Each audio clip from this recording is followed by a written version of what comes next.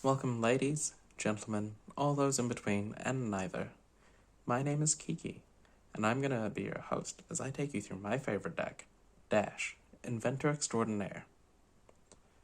Dash has been my favorite hero since Arcane Rising, and this is due to the fact that she's a very multifaceted hero. She can play the role of aggressor through the use of the boost mechanic, with some very efficiently statted cards, or she can play as the control deck, using her defense reactions and her naturally high blocking mechanologist cards, alongside the powerful induction chamber.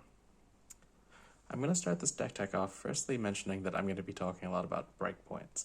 This deck attacks breakpoints through the use of her weapons and her attacks, and it's key to how the deck is able to grind out victories by the end of the game. Regardless of whether you're playing control, mid-range, or aggro, you're going to be attacking these breakpoints in one way or another in order to gain card advantage. Now, we have the equipment suite. The main four that she runs are the Arcanite Skullcap, the Teklo Foundry Heart, Goliath Gauntlets, and Achilles Accelerator. The Skullcap and the Foundry Heart are useful high-blocking equipment. These are important for preserving your life total when you need to play items, while the Foundry Heart also doubles as a resource accelerant for your aggressive strategies.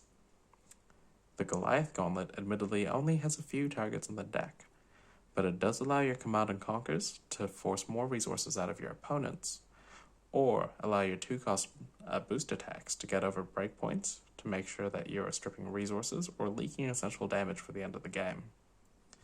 To round out your equipment suite, we have the Achilles Accelerator, a useful equipment once again at stripping resources or pushing the final points of damage, as well as being a failsafe for potential missed boosts in the mid-game, and occasionally playing your Tome of Fiendals when you don't have a high octane. The weapon of choice for this deck is the Teklo Plasma Pistol. While this is a rather unassuming weapon by itself, in conjunction with the items the Induction Chamber and the Plasma Purifier, you are suddenly able to strip more resources out of your opponents by pitching blues, without actually taking any cards out of your deck. Now this is key, as the boost mechanic does have a quite heavy toll on your deck by banishing cards off the top of it, so you're going to be thinning your deck out, and you're going to need to be putting resources back in to make sure you don't lose the game to fatigue. The final equipment we have is the Viziertronic Model I. Now this item often doesn't make the list. In fact, I normally wouldn't be running it, but with the recent rise of Kano, I think it's important to respect their ability to snowball, so being able to pitch a blue to prevent 3 arcane damage, so things like Ether Wildfire don't get too out of hand, I think that's kind of important. So that's why we're running that. So we're now going to be moving to the core of the deck, and the first important core of the deck are the boost cards. This is Mechanologist's key mechanic. For the red ones, we have Zipper Hit, Throttle, and 0 to 60, while we also have Zipper Hit and 0 to 60 in yellow. These cards are going to be able to apply pressure. They attack breakpoints really well at a very efficient cost. They usually go alongside your pistol as well. But alongside that, these boost cards block for 3, which helps with your control game plan. So basically these cards do it kind of all. The remainder of your boost cards in this deck are your blues. These are important even though they don't attack very much. They allow you to attack multiple times at the end of the game, meanwhile also being your blues. So once you've cycled through your deck, you've played the majority of your red cards, you're going to have these left in your deck, which you're going to use alongside your pistol so you can leak those final points of damage. These also come in really handy with the next core part of the deck, which is High Octane. High Octane is Dash's high rolling card. These allow you to gain more action points as you boost throughout the turn, so this is how you're going to catch up in the mid-game when you've taken a bunch of damage to play your items, or if you've taken a bunch of damage to high roll turns yourself. You can use these High Octanes to catch you up. They also draw you cards, so even in the control games where you're not boosting very much, you can just play them to kind of cycle through your deck a bit faster to find the items. So once again, this is the kind of card that does everything you kind of want. It's also useful against Prism at popping auras because you're gaining action points, and Spectra doesn't stop that. The most famous part, I guess, or infamous part of Dash is the items. So her ability allows you to start and play one of these items, and usually you're going to start one of these induction chambers in play. This allows your pistol get go again, so again, that's part of the kind of grind of getting multiple attacks in every turn and closing the game out. But it's paired alongside really well with these plasma purifiers rather. These are damage bonuses to your pistol, and once you get to 4 damage, that's when you really start attacking the breakpoints, taking multiple cards out of their hand, especially when they're in 1, and how you generally close out the game in the end. The final item that you will almost always run is Teklo Core. Now, while this doesn't directly affect the pistol, it does give you additional resources. So this means you can block with more cards in your hand in a turn and still be able to apply a decent amount of pressure. But it also helps with your high roll turns with high octane and maximum velocity, helping get those kind of things actually usable. And then to tie that all together, we have Spark of Genius. Essentially, at the start of the game, these act as additional copies of your purifiers and your chambers that actually block. But in the end game, you can use it to find your niche items, maybe your Teklo Core, so you can block more efficiently, or against the Rune Blades. We're going to go over some tech items as well. This card is pretty key at putting it all together and assembling everything, while also being a block 3, which is crucial because none of these items block. You're not necessarily going to be playing all of these items in every matchup as well. Usually you'll cut some number of them. For example, you don't often play all 5 of these ones unless it's like a control matchup, whereas in aggressive lines, or aggressive matchups rather, you might end up just playing 1 of each and just starting with the induction chamber. So yeah, while you'll often be playing at least 1 of each of these in your deck, you're not necessarily going to be playing all of them in every matchup. Speaking of every matchup, we're now going to be moving into the more sideboard kind of cards. So we're going to start off with the control sideboard. I generally play these against the Guardian matchups, all 3 of them. Also your Duranthias, your Azaleas, things where you kind of want to slow the game down.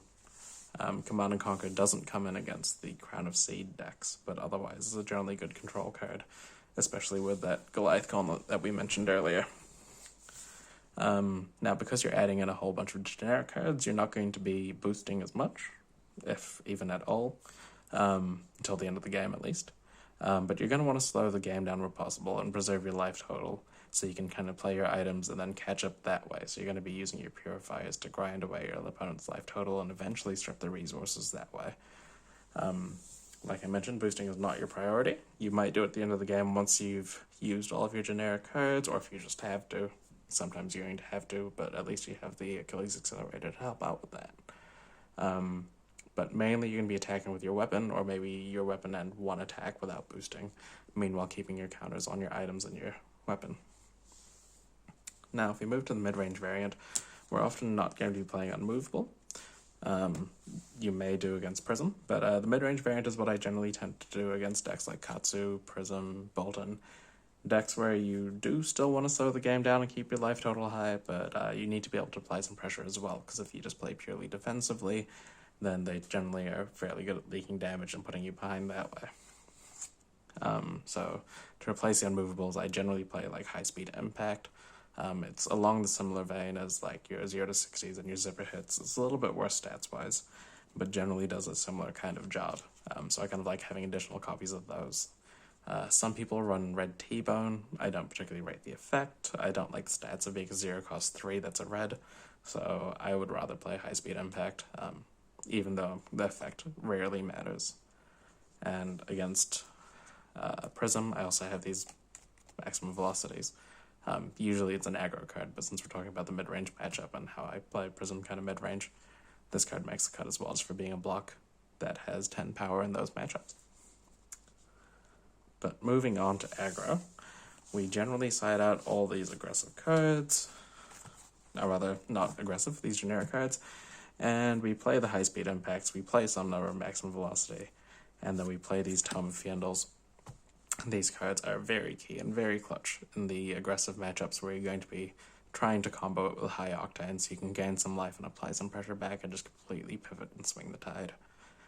This draws you a bunch of cards, and with additional action points from the high octane means you can keep on going, and like I mentioned before, you can also accelerator these out if need be in a pinch.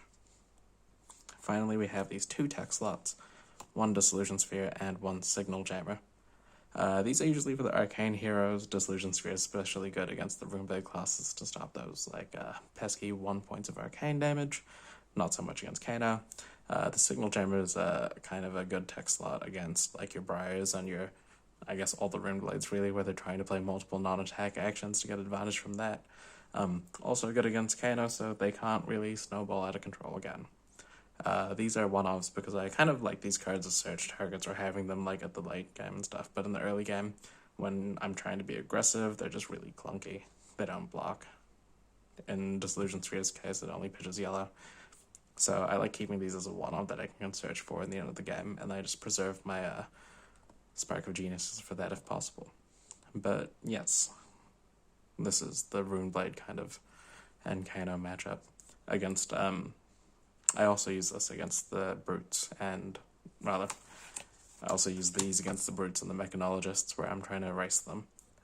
Against a Brute, I find that you don't really have time to play around Arc Smash, so you're just going to try to play through it instead and kind of get to the point where they can't afford to play Arc Smash because they're too busy losing resources. And same with Dash. It's a very interesting mirror, where you're trying to decide whether you're the aggro or the control at any point in the game. I generally like to play that matchup fairly aggressively. So that's my quick overview of the deck. Perhaps at some point I'm going to go into a deeper dive of the different matchups, maybe explain exactly how the role of each, the role you play in each matchup works. My phone battery is dying. But yeah, so I'll go into a deep dive in the future where I'm going to expand. But for the meantime, if you have any further questions, feel free to reach out to me on Twitter. You can DM me at Kiki_LA93, and I'll do my best to get back to you. So until then, thank you very much for your time, and I hope wherever you are, you have a wonderful day.